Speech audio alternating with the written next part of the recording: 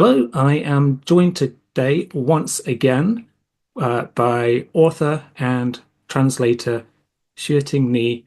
Thank you very much for joining us today. Hi, Robin. Thanks for having me again. It's great to be on your YouTube Thank channel. you. So last time we spoke, which was, I can't remember exactly, but going on 2 years ago, I think, we talked about your anthology Synopticon, which I have here, which is a collection of modern Chinese science fiction which have been edited and translated by Xueting. It's a very um, standout collection, in my opinion. And I have talked about this and some of the stories from this volume a few times on my channel, but that's not what we're going to talk about today.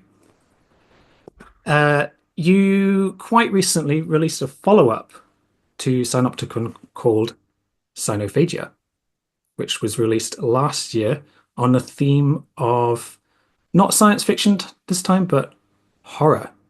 So this came out a few months ago.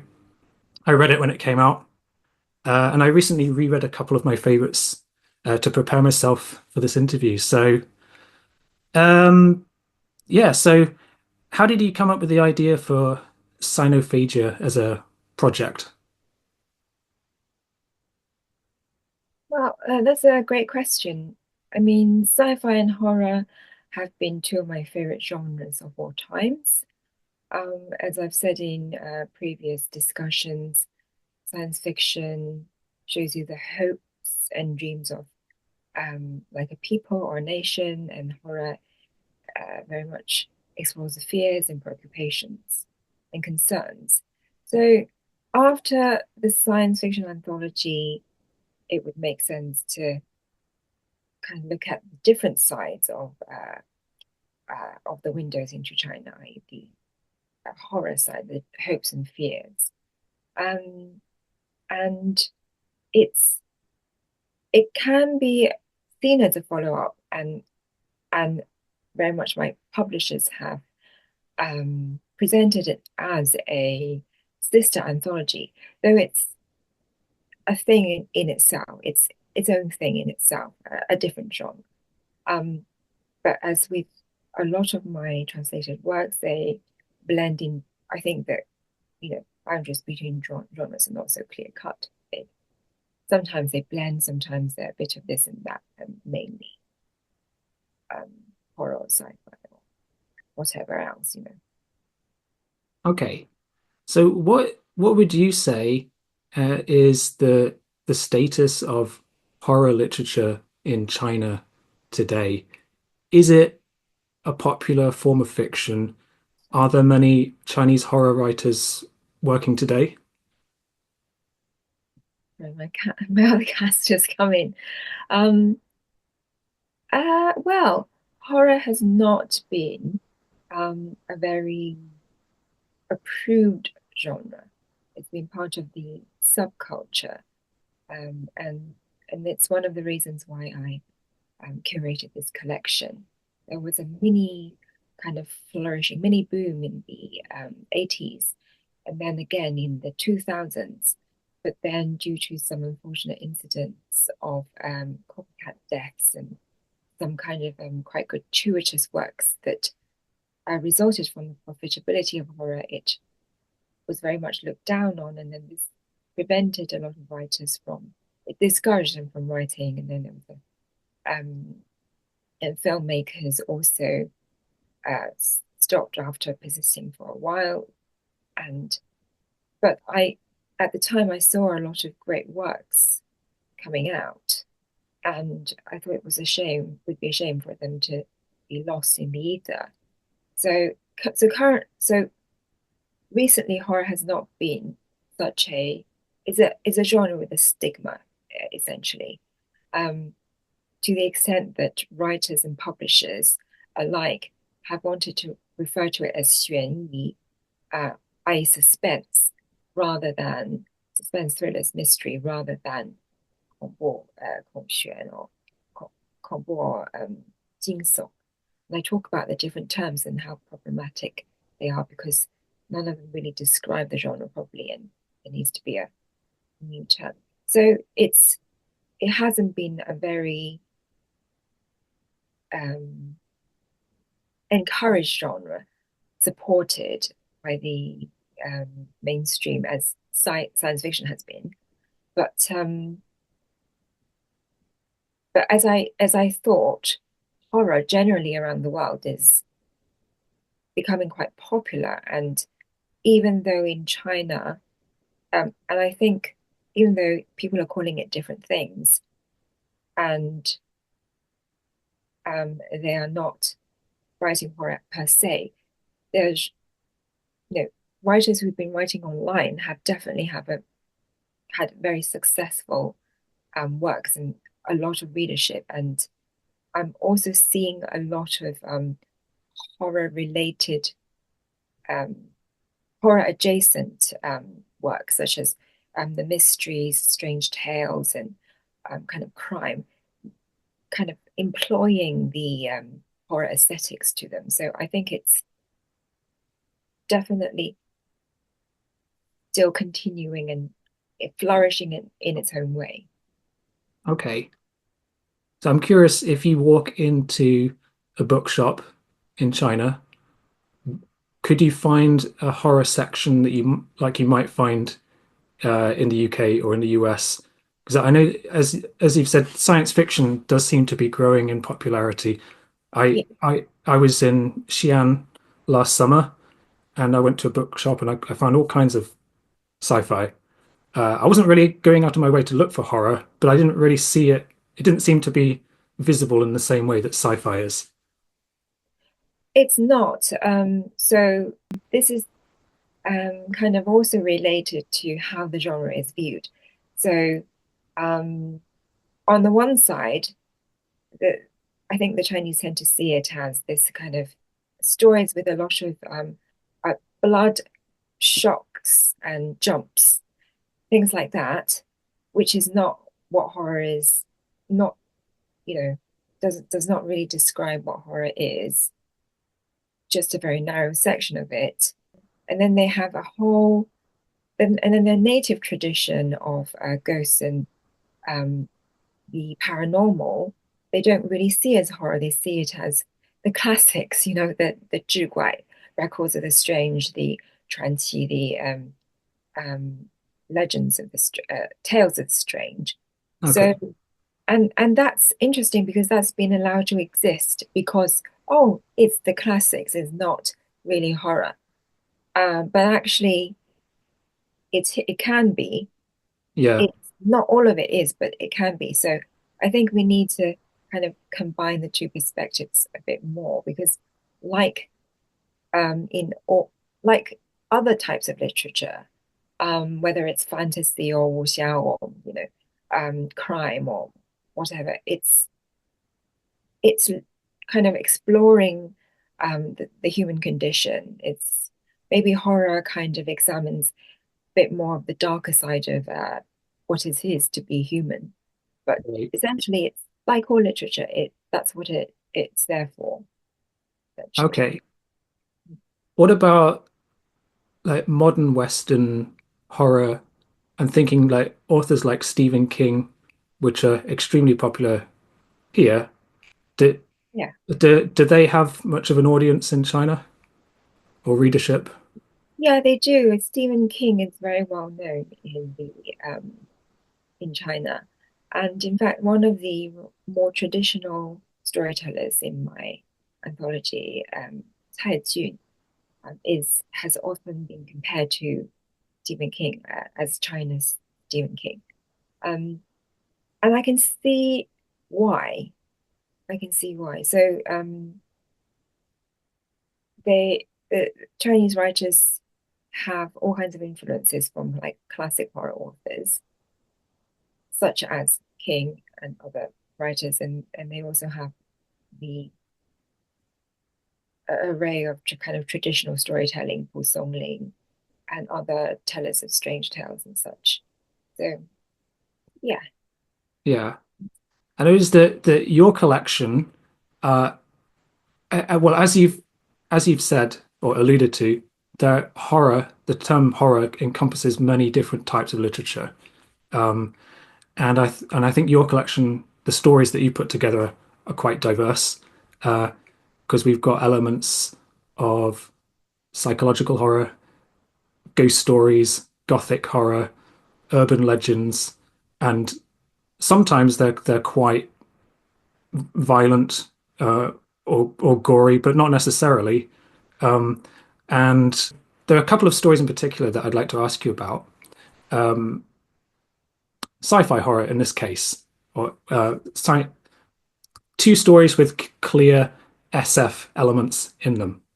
Okay, but before we get onto those, just a more general question: how did you find the process of choosing the authors and the stories that you wanted to include?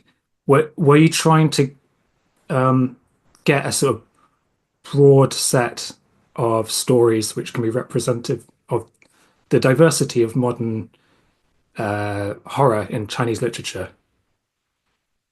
Yeah, definitely. I was aiming at the last 30 years, so contemporary um, with a capital C. So few generations of writers, last 30 years, works published and active in writing. Um, and I was aiming for a diversity of a diverse range of styles, tones, and subject matters. Um, And I had experience from assembling a synopticon, although the challenges were quite different. And I've written about this in my introduction. I was really worried at first because it's the censorship and the discouragement and the genre going underground was still happening by the time I'd come to make selection. So I wasn't getting any material for a long time. And then there were various avenues. But then I persisted through various avenues and eventually the pieces flooded in from the agents that and writers that I'd kind of friend stalked in a friendly way on their social media or agents that whom I've asked to find writers I read the works of and the like. So it was kind of a bizarre but a process that kind of miraculously came together. Um, and it was, again, like with science fiction, it was quite tricky pulling out the female voices because they weren't coming forwards. And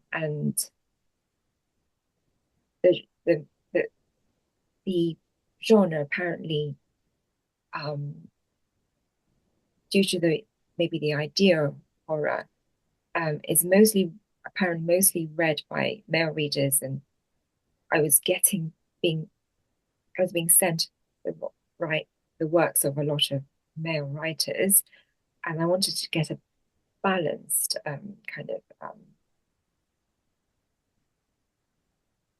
arrangement in terms of gender, and I had to specifically ask for works by female writers, and incidentally, both of the science fiction pieces are by women, so that's quite interesting. And yeah, so I kind of eventually got a good selection, balanced in terms of percentage.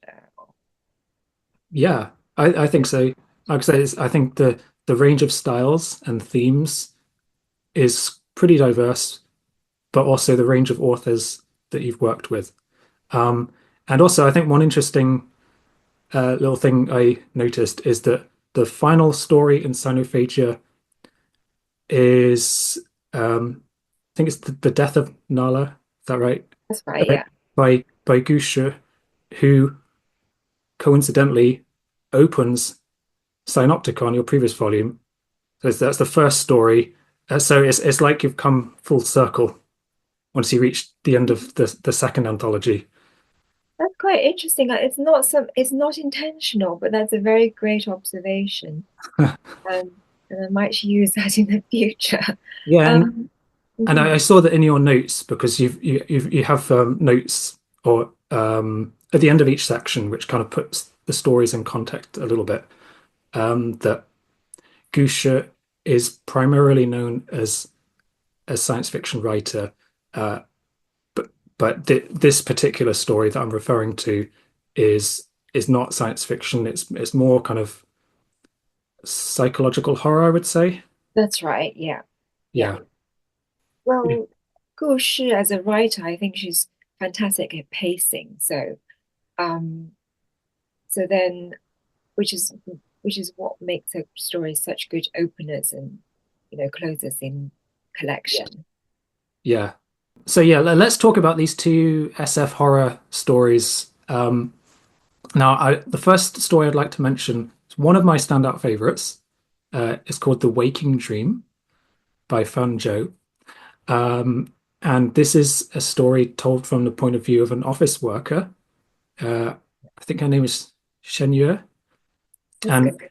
And it's got quite an intriguing concept in which we've got this technology that revolutionizes working life by transferring the consciousness of employees while they're asleep. So essentially, they can carry out their work in a kind of online metaverse, which takes place within their dreams.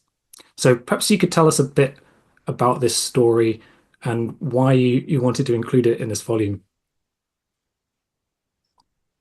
Yeah, I think you've done a pretty great job there, Robin, in kind of praising the story. Um, so I always like to talk about this story because it is one of my favorites too. Although I like all these stories equally, and you know, um, they all in their own ways, but it is one of my favorites. Um, I think it's just a really wonderful piece all around. I mean, in terms of suspense, in terms of the themes, and in terms of the writing, and in terms of the characterization. And um, and Banjo is one of the new voices that I wanted to feature. I always like to have some established writers, um, well-known writers, but also some new voices. Actually, both of these are quite new voices, and this piece was published in 2022, so very, very recent. One of her first uh, published pieces. And I think that China is so one of the subgenres in horror China is really great at is social horror. And within social horror, um,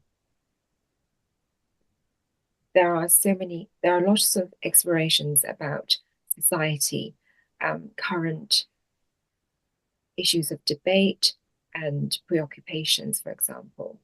And I thought that this was not only a great story, but also really dealt with the over competition and overwork of a lot of industries, particularly the tech and big data industries and games industries that so many Chinese people were experiencing. I mean, we've heard in the news, in the reports about the 996 or the double oh 007 working hours that were kind of impossibly demanding. And very often it's not really kind of in the rules as such, but it's sort of an unspoken and expected. So it's very hard for these workers, there's a lot of pressure on them to not just, not speak out, carry on with it. But I think a group of workers in the games industry did speak out and they got some of the terms changed in their contract. So it's a very current thing of, but then there is the reverse side of it. There is the popular internet term evolution, camping, where um, some people have had enough and they're kind of like um, choosing a different part, more, laid back lives approaches to life. So it's a very current debate. It's across the industries, diff and across society that China is going through at the moment. So I thought this was quite topical and also kind of quite relatable to countries outside of China as well. So yeah, and yeah, so I think that it's kind of the perfect combination of science fiction and horror. And actually, a lot of the science fiction that I like are quite dark because being science fiction, you have so many tools, more tools than maybe uh, realism, for example, to explore a situation or a scenario in a heightened format. So the emotions that that brings out and the thoughts and feelings going to be more heightened, and sometimes it's you know experienced through fear, kind of expressed through fear or um, senses of horror. So yeah, in fact, I would really love to see a sequel if she ever writes one to see Uh, what. I really want to know what yeah, happened at the yeah. end of that. It does have an interesting ending, and I think yes, I definitely read that story as a kind of social commentary.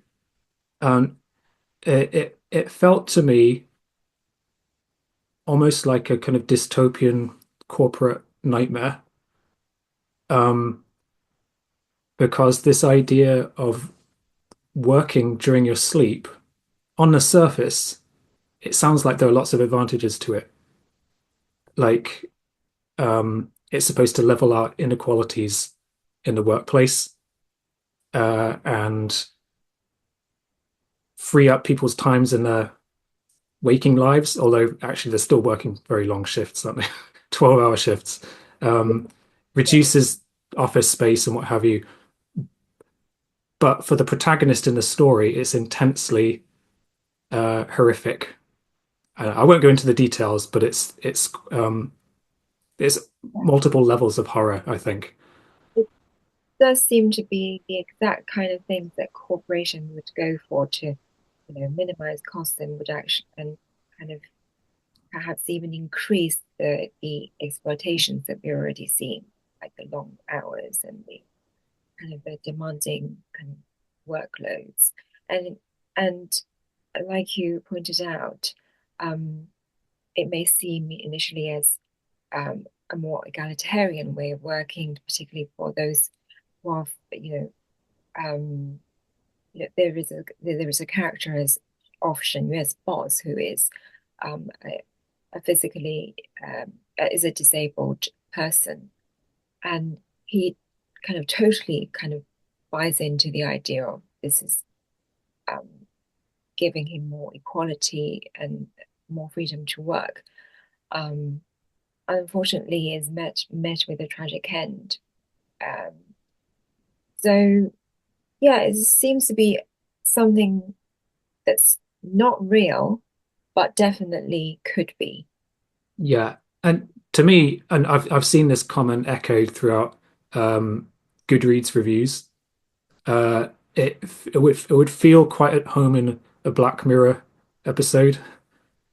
So Yeah, if you like that kind of dark dystopian, uh, almost satirical flavor of science fiction, you I think you might enjoy the story. yeah. And earlier you mentioned 996. Perhaps you can explain what that is because maybe not everyone's heard of it. Um, that's 9 a.m. to 9 p.m., 6 days a week. The working hours. So very grueling. Right. So yeah, that I think that is a term I think it's used in China, isn't it? To to describe this phenomenon of Yeah. yeah, And over yeah. yeah, Okay. a phenomenon, a name that the phenomenon is known as. Um, and 007 is like 12 to 12, 7 days a week. Okay, that's a new one for me. I didn't know that one. That I mean, I thought 996 was bad enough, but Yeah.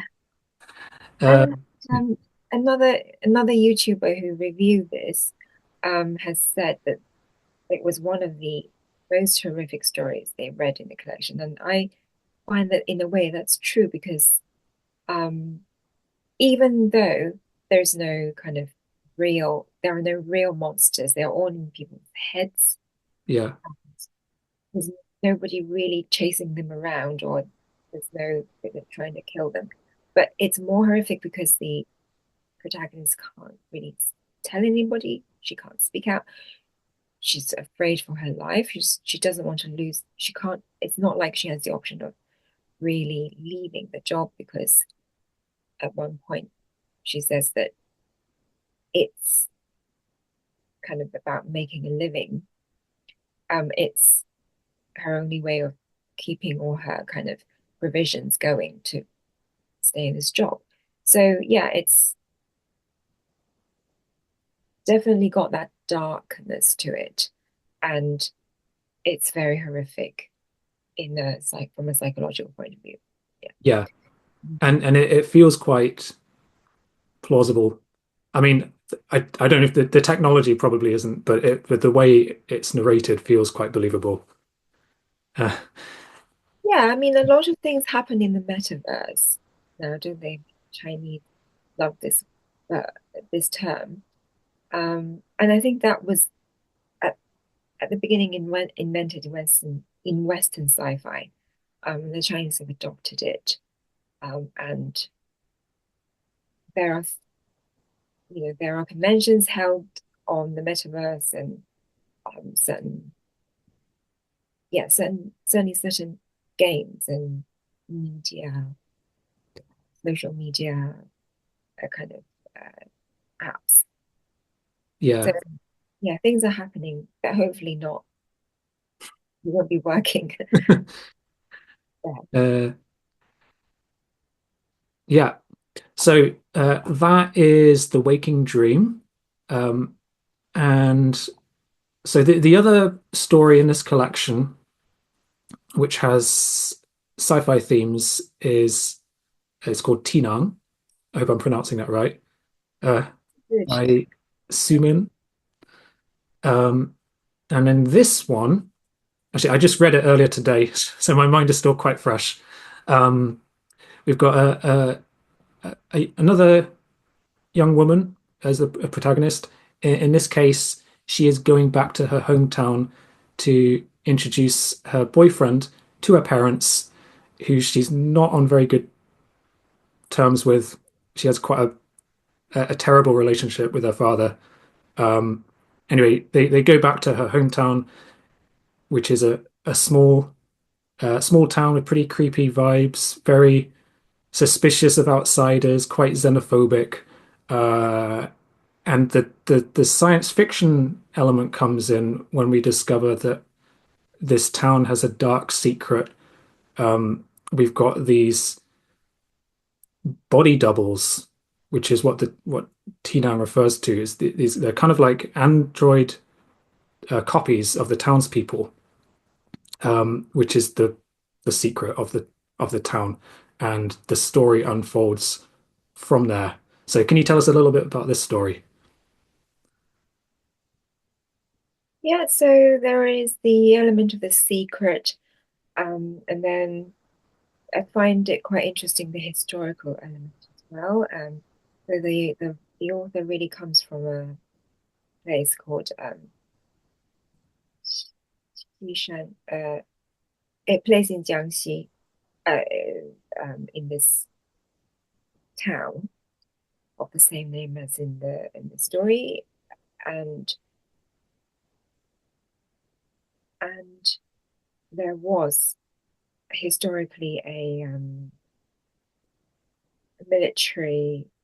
I think he's kind of a spy network that went on during the what was China's kind of Second World War, and Dai Li, there was really such a person, um, with his network of military personnel and an intelligence gathering and such. And so, yeah, that was interesting how she wrote that in. Um, yeah, so I won't kind of summarize the story as you already have, um, which is great.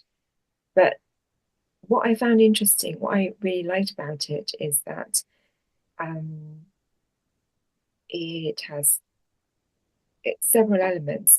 Kind of, it's a great exploration of the Gothic, um, which does translate into Chinese horror too, because of the themes of kind of entrapment, of secrets, of female victims, very much there too in this story. And then also, it reminds me a lot of the village horror that I really like, um, in such as in the John Wyndham stories and in the Hammer horror films, like The Witches, for example. And furthermore, more recent works like Jordan Peele's Get Out. So all those elements combined in it, I thought was what made the story stand out for me as such. Yeah. And there are lots of twists and turns, which obviously I'm not going to spoil here, but there's a lot to unpack in quite a short story. So it's another story I can recommend from this collection. So maybe I'll talk a bit about the ending, or should I? Uh, yes, if you can, yeah, if you can discuss it in let's say vague terms without spoiling Oh, what vague. actually happened. Yeah. Yeah, so I thought the ending was a little bit odd in it didn't really kind of um seem to harmonize with the rest of the story. And but I always kind of respect the author's creative decisions first. I would make suggestions, but always respect that decision. I did mention this to the the author and the agent, and actually then she said that it was not the original ending, but because this was part of the Sci-Fi gala, um, and people familiar with China would be aware of the New Year's gala that happens every year. It's a great every spring festival. It's great extravaganza, but the FAA, science fiction publisher and media company, have their own kind of sci-fi gala where they invite writers around the world to write sci-fi stories on a theme, and then they kind of uh, read them through Spring Festival, and then there's prizes for the winners. And this one was the one that won the prize in 2019. So, as with, like you, you can't have a Christmas Carol and then Tiny Tim not be saved in the end, right? So it's kind of like a Christmas story, sci-fi story for Spring Festival. So which means she had to change the ending. And then we kind of discussed this and came up with an alternative ending that seemed to make more sense to the story and more if it was closer to her original intentions. So that was kind of an interesting process. And I think if you read the version of Tinang in Sinophagia, you get the one with a special ending, and that's Right. to this this book. So So the ending in Sci-Fi is perhaps more bittersweet than the original version. Is that true? yeah, that's right. Yeah, Okay. that's more kind of nuanced. Yeah. Um, it's certainly more, yeah, creepy and darker. Yeah. Yeah.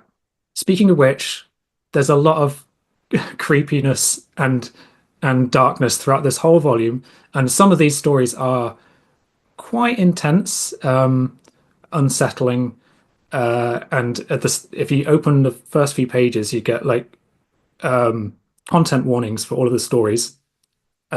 And you can, if you look through that list, you'll just see there's, you name it, it's there. There's um, some of these stories are not for the faint-hearted. Even if you're like a seasoned horror reader, I'm not a big horror reader, but I'm wondering, as a reader, I found some of these stories um, quite intense to read, and uh, I would have to sometimes sort of pace myself or be in the right mood to read them.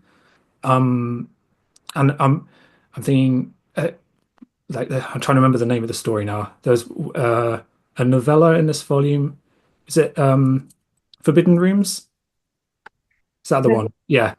Which I thought was extremely dark. So I'm wondering, but when you were working on these stories, how did you feel? How did you deal with these this kind of quite heavy and traumatic content?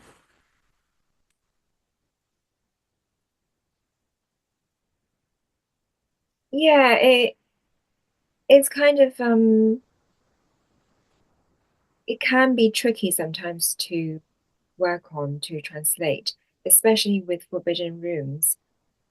Um, I felt I felt it like I was in the room with these people, these two characters, and um, the kind of translation in the text, which usually flows very intuitively with me, um, felt very heavy and kind of um, a bit plodding and kind of suffocating in a way. And I think that really comes across in Zhou Hui's writing.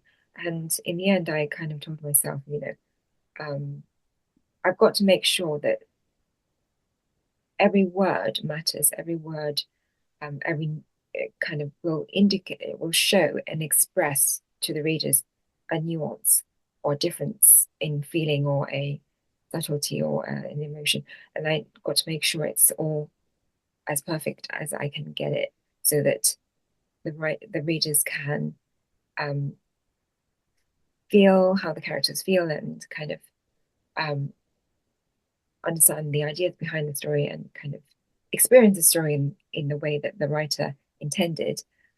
Yeah, so it can be quite heavy, but you go into a horror collection um, and you do expect a certain amount of kind of darkness there.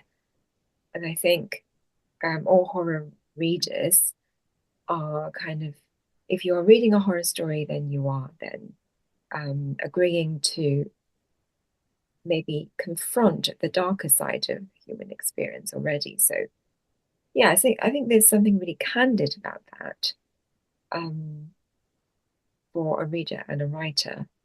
And so, um, and especially, I think the content warnings have helped a lot of people who said that sometimes they found it some stories too heavy, uh, and so then they skipped it or they had to be prepared to read it or some such. So I think that I'm glad I put it in the book.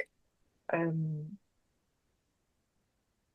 yeah, I think, and also when I was translating Tinang, I remember in 2022, it was November. Um, I was had just started my postgrad, and it was such a busy time. And then I also got COVID, but the schedule I had scheduled to translate a certain amount every day in order to make my deadline, and I couldn't really stop. So like the next day, I kind of like fell asleep. Like I couldn't really do anything. But then the next day I was up again doing this. That was quite a horrific experience. And I think only very few things could have meant that I would have got up and continued. So probably stuff with my family, loved ones, and the books. Anything else, I would not be able to like have the stamina to. keep going. And then I remember the last time I was um, writing an intro, I was translating another story, a story that's actually related to viruses, was in for Synopticon a few years ago. Flowers of the Other Shore by Ah Chue, the zombie story. And at that time I was thinking, oh, that this feels surreal. And you know, I'm translating a story about a pandemic with the pandemic going on around me. And then a few years later, I'm translating again, having caught having caught it. Uh, so that was quite horrific in its way. But I think that it's particularly with any story in any genre, you kind of the reader needs to kind of be open to experience. There is a certain suspension of disbelief in the reader themselves to experience what the world that the story is putting us in, and the from the point of view of the writers, from the point of view of the characters, and and none more so than in horror, because to surrender ourselves to um the fear and the creepiness, we need to really kind of get into the shoes of characters. And particularly if so many of these stories about social horror and kind of inspired by things that are happening around the writers, um, and therefore kind of speaking out for these people as such, that these people who've fallen through the gaps. I mean, I think the least I can do as a translator is to render it in as um, fine words and as flowingly as I can in English. Yeah. I think for me as a reader, I because I haven't read a lot of horror, I've read a little bit every now and then. Um, so it's a I'm still quite a new horror reader. I like to watch a lot of horror films, but for me, it's the experience of reading it, especially when you've got psychological horror from a first person narrator, feels more kind of intimate. Um, I've it feels more intense in some ways, and definitely I got that feeling from some of these stories. Um, but like I said, each story has its own vibe, and some perhaps more intense than others, different styles of horror. Um, but yeah, so 14 stories in total. It's a fantastic collection. Definitely recommend it, whether you're into horror or not. It's worth picking up. Um, so yeah, but before we kind of round things off, I is are there any other current projects that you're working on that you'd like to tell us about?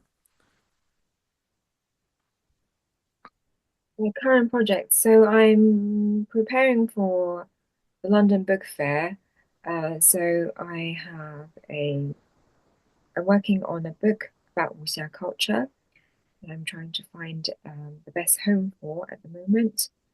Um, so it'll be about wuxia storytelling from a global point of view, certainly uh, relating a lot to the contemporary um, developments and how that ties back to the tradition of the genre and more the classic and such.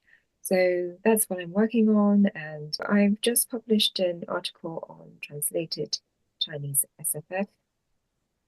That came out yesterday. That was for Reactor magazine.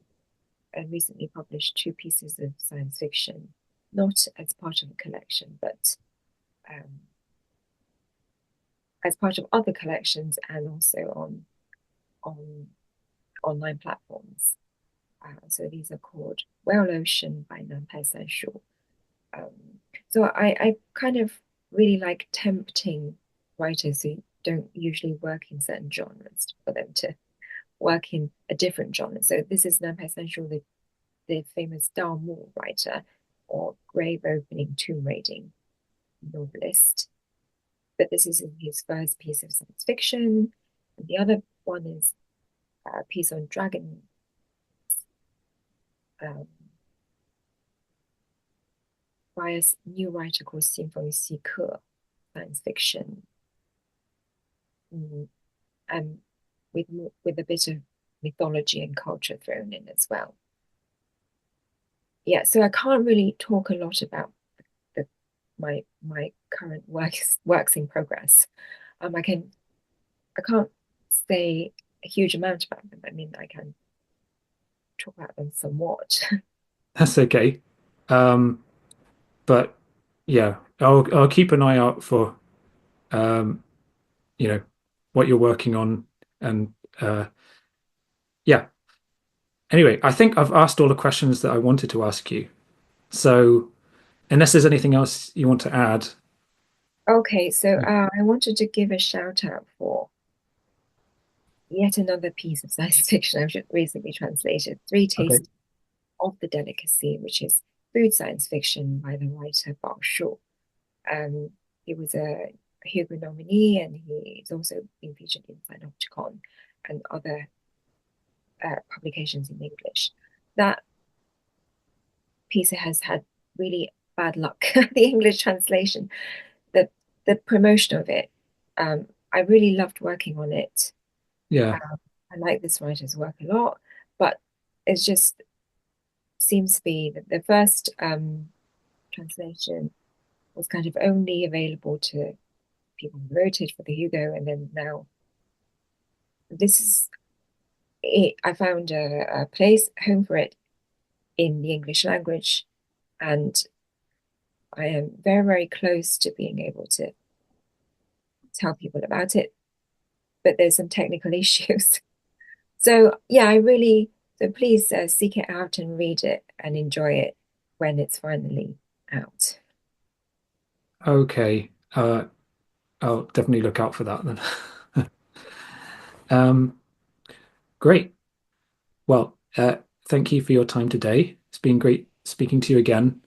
And um, yeah, for anyone watching this, keep an eye out for Sinophagia and, of course, Synopticon. They pair very well. They're two quite different collections, but there is, like we said, there is some continuity as well. And there are some fantastic stories in there.